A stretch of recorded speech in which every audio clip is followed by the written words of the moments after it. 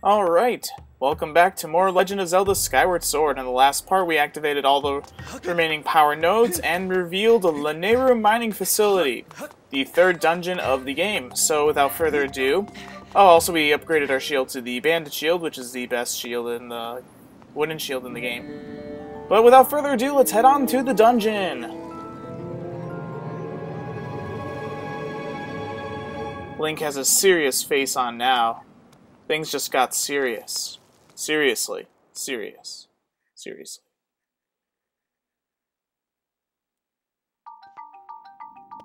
Alright, as I stated, welcome to Lanayru Mining Facility. This place is actually really cool. It's probably the largest of the first three dungeons.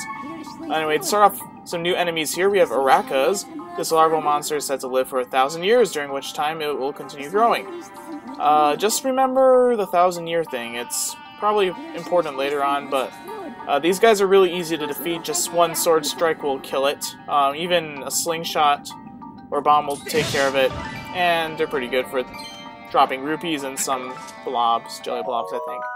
I don't think they drop anything else other than jelly blobs. So by the time we leave this place, we're gonna have quite a few jelly blobs. I'm betting about like 20 or so. Anyway, to start off, let's throw some bombs into these little containers, I guess. These Arakas, they don't actually damage you. They just like to cling onto you, and you have to shake them off. So it's more of a nuisance than actual damage, but that's all going to change later on. So as you can see, I don't think we activated this bird statue, so let's activate it. All right. Let me just double check. Did we activate it? Yeah, I think we did. Anyway. Ugh, Arakas, spiders! Spider scorpion things? Weird combination. Anyway. So for the first room, not much to do. We just had to activate some switches, so let's go take care of that. Just some rupees in these little alcoves, not much. This dungeon really doesn't pick up until later on. It's kind of boring at first, but anyway, let's get out the hook beetle, and let's go grab that bomb flower on top of that statue. Of course, we're going to be using our hook beetle quite a bit in this area. And let's get rid of this electro spume. I believe that's what they're called. Alright, let's grab another bomb and carry it over to this bombable wall. Bombable! Oh, that's actually a really weird... Blah, blah, that's actually a really weird word. Bombable. Weird is also a weird word, because I certainly does not come before E in that case. So, I guess it lives to its name, weird. And I don't even know why I'm talking about this. This is like useless description right there. You know what is another strange word? Thoughts on words with WaluigiWalkthroughs. You have no idea how many times I've come close to actually saying my actual name. Not that it really matters, but I mean, I personally don't like... I would rather just go by my alias of my channel name rather than like talk about my actual name. It's not more so a privacy thing. Yeah, it's part privacy. Like, I really do just don't want to tell people my name, but at the same time, it's more like a professional thing, because, I don't know, my channel's called WaluigiWalkthrough, so I'll just go by that alias. I'm WaluigiWalkthroughs. So, there, get up. Okay, good. I don't know how many of you have actually wondered what my actual name is. It really doesn't matter. It doesn't affect at all the gameplay or the walkthrough. It just makes it so that people feel a little more personally close to the person commentating. Mid-air strike! Oh, come on, grab it. There we go. Good job. Alright, so now that we're done with this first room, I didn't really talk much about it. I mean, it's pretty self-explanatory. Alright, so now in the second room, it's more like a hub to 3 different areas of the dungeon. I didn't mention this the last time when we fought these guys, these Staldras, but you can shield bash their heads when they attack you, and then you can go in for a spin attack to chop off all 3 heads. It's actually an easier way to get rid of them than having to wait for their heads to line up. Yeah, see, I can just get rid of the Staldra with 1 hit. with a perfectly timed shield bash in one hit. It's really easy. Alright, so there are a lot of Baracas here, of course, as you can see. Alright, what we need to do is we need to push this block over to this side of the staircase. Clearly there's no staircase, and we need to jump up on the block. You might not think that you'll make this jump, but you will, don't worry about it. And we actually need to head through this door. We will be coming back to this room very shortly, but we need to go get a key, if I'm not mistaken. I just played this dungeon like a couple days ago, so it's not really fresh in my memory, but it's better than when I first played it, because that was a couple months ago. Anyway, so we've activated that bird statue, and now let's use our hook beetle to grab this bomb, and we're going to take it all the way to the far end of this room and blow up those crates right next to the ladder. Massive explosion! Alright, so be careful when you're going here because there are, of course, some electro chews. Annoying buggers they are. Oh, come on, Alright. We also have some electro keys. Not very hard to defeat. Alright, I want those Deku nuts for a reason. Anyway, so in this chest is a small key, if I'm not mistaken. Please not be mistaken. I'm not mistaken. Woo! Yay! We accomplished something! Alright, there's a ladder here. You can't do anything because there's a block, well, blocking the path. Darn rupee disappearing! But anyway, we'll be going back to that ladder area very shortly. It's actually a very interesting way this dungeon is set up. It's kind of hard to follow, but if you look at the dungeon map, it's basically one giant floor that's all interconnected with all the rooms. It's really cool, and then slowly you'll be exploring the rest of it, but gotta slowly make our way through this place. Alright, so with this small key, we can now unlock the door on the right side. So, like, when I was talking about that rupee disappearing, it's pretty interesting if you think about it. Where in the world do these disappearing items go? Like, where did they go? Where did they actually go? Alright, so here we have a new enemy. This guy is like a little spike guy. Can't really do anything with him. You can blow him up, though, if you hit him with like a bomb or a Deku Nut with a slingshot. So let's just step back and then hit him. They will explode if they hit a wall. So just be careful with that. Alright, these guys don't bother me. Alright, good. Alright, so what we need to do, we need to... That was actually a really good strike. I wasn't expecting that to get both of them, but alright, I'll take it. Alright, so there's a crate up there. We can't actually climb the rest of the ladder without removing the crate first. So it's kind of hard to find this at first if you're not really looking around. But let me center. There we go. Alright, so let's curve around to grab the bomb so I don't blow up while I'm grabbing the bomb, then I hit the wall. Alright, so once we get the bomb, let's go up and blow up the crate.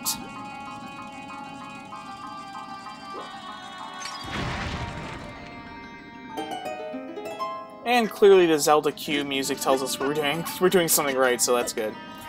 Alright, so let's step on the switch, and when we do that, a time shift stone is now available to us. So, when I was doing the practice run of this, I actually was able to hit the time shift stone with my slingshot, and I aligned it like right here. Okay, that didn't work. Okay, why isn't... maybe... You can hit it with the hook beetle, but I want to try with the slingshot because it seems like it's a really tricky shot with the slingshot, and I'm actually was surprised when I was able to do it in my practice run. I was like, yeah, I'm a pro. It was like, ding! I was like, yeah, pro gamer right here. Alright, this is not working. Let's get the hook beetle. I probably just wasted more time than actually doing anything good. Well, I guess I had a nice story to tell you guys about how I epically did not fail in my practice run. But of course, it's my word against no proof. So, just take my word for it. I was able to hit it with the slingshot. It doesn't really matter because we're gonna get the same thing. Anyway, just like Lanayru Desert has these time shift stones, Lanayru Mining Facility can go back in time to reveal the old Lanayru Mining Facility with all the technology. Anyway, this is a Beamos. The Beamos in this game are actually really cool. I really like them a lot. They have segments that we can chop off, and then we have to stab them in their eye in order to defeat them completely. Of course, we haven't defeated any of them yet. But, thing to note here, when they're shooting the beam and you need to shield bash it, be very cautious with that. The beam can... If you don't do a perfect shield bash with the beam will damage your shield on a constant stream. So, make sure if you are blocking with your shield that you end up shield bashing it, or else your shield's just going to take constant damage and your shield will immediately break. Yeah, you can basically break your entire shield on one of these BMOs, so... Oh, see, just like that, I wasn't able to get the... For some reason, my nunchuck didn't register me, like, shaking it forward, so I wasn't able to get the shield bash, and I took some damage, but... like I said, the BMOs in this game are really cool. That run right there across the conveyor belt is really tricky, because you can end up running into the electric fence, and that kind of glitches it a bit, because then you get stuck in the electric fence. It's a really awkward situation, and you kind of curse your way out of it. You're like, so just don't get hit into the electric fence. But like I was saying, the BMOS is a really cool enemy. I definitely like this iteration of the BMOS more than any other Zelda game BMOS. They're more of a puzzle to solve than actually, like, aiming and then hitting. Well, it's kind of the same thing, never mind. If you notice also, when we have the Lanayru Mining Facility in the past, the music gets a little more exciting. I like the music more in the past than it's in the present. In the present it sounds more like dull instruments are playing the music, but in the past it sounds like more electronic. But anyway, over here we have a red rupee. I believe we can only get this red rupee if we pull on that switch back there. I wasn't really following what's going on with that switch. We probably unlocked the door somewhere.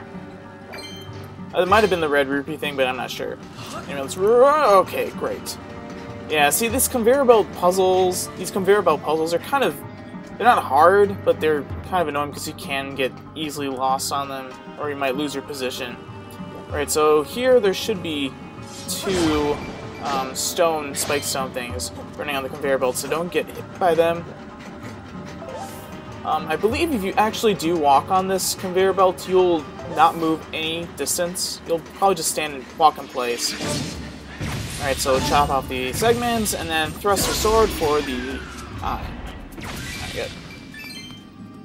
Alright, so... I don't mind... Oh, there it is! Oh my gosh, I can't believe I just missed the switch. It was like right there, right in front of me.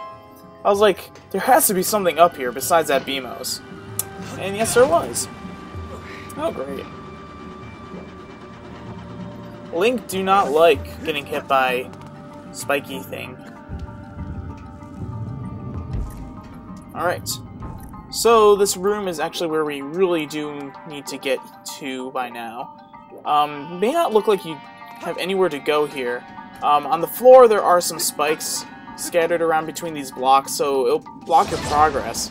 So you can't actually walk on the ground or on the main floor of this room. So what you actually have to do is you have to hop across to these little platforms. You can see like the spikes right there. They rise once you get close enough to them. See, like right there. So they will block your path, so you have to hop across these little platforms. Of course, there are these exploding guys. I don't even remember what they're called. They're exploding guys. They're just blocking your path. There are also boulders that are blocking your path on these little small platforms, so if you use those spiky guys to blow those up, it's better because then you don't have to waste a bomb. Also, if you notice, we've found a lot of these little patches of dirt around everywhere, so we'll be able to take care of that momentarily. So once we get these Rakas down and protect ourselves, inside this chest we get the Gust Bellows! Yes. If you played... what is it, Minish Cap? The Gust Jar. This is very similar to that. You can't suck air in this game, but you can blow it. Anyway, so with the Gust Bellows, we can now blow on these patches of dirt, or sand, to reveal treasures. There are some, usually they're rupees or small treasures. Sometimes they're rakas. I think there might be one in one of these things. Oh, heart. Oh yeah, there can be hearts too. Yep, see, there's an Araka right there. Also, with the Gust Bellows, you can stun some enemies, like Arakas. You can blow them off of platforms, which I highly suggest you do right now, or else you'll get knocked off. And you can also blow the little spike puffish things. I'm not sure. Yeah, I think they're just puffishes. Listen, let me think. I know what their names are. I know for a fact what their names are. I just can't, for the likes of me, remember. It's just really annoying that I can't remember their names.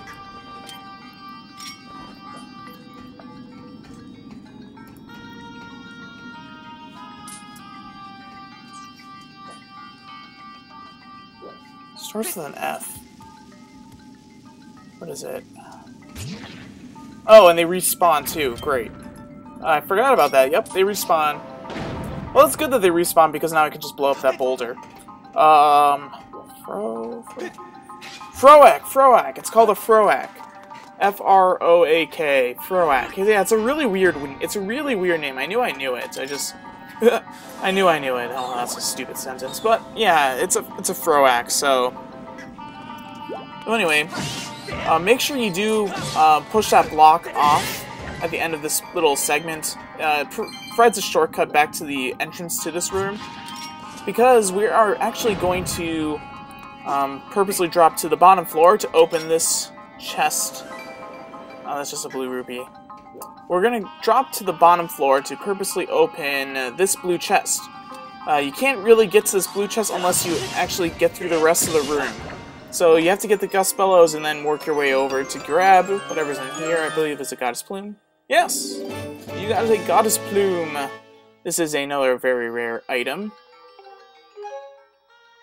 And now we have two. Alright. Alright, so it's probably a good idea to grab it. I mean, you can get Goddess Plumes other places, but it's pretty rare. Anyway, so let's kill these Arakas. Oh, wow, there are 3 of them. Ooh, and a Jelly Blob. Yeah, like I said, we're going to get quite a few of those. Alright, so there is a little shortcut to get back over to where we got the Gust Bellows. Over here... I know there's a amber relic somewhere around here in one of the patches of sand. Die, Froak. Alright. Alright, we can actually head up the ladder to continue on, but I'm going to go find that amber relic. I know we have a lot of them, but... Oh, there it is, yep. Yeah, I knew there was an amber relic.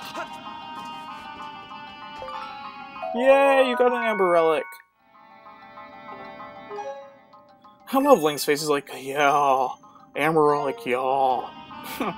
Anyway, alright, so, I mean, you can go blow up the other boulders and blow away the other patches of sand to find other treasures, but there really isn't anything else in this room. Once you get the Goddess Plume and the Gust Bellows, you can basically just head on through to the next room.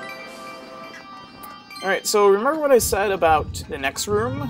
Well,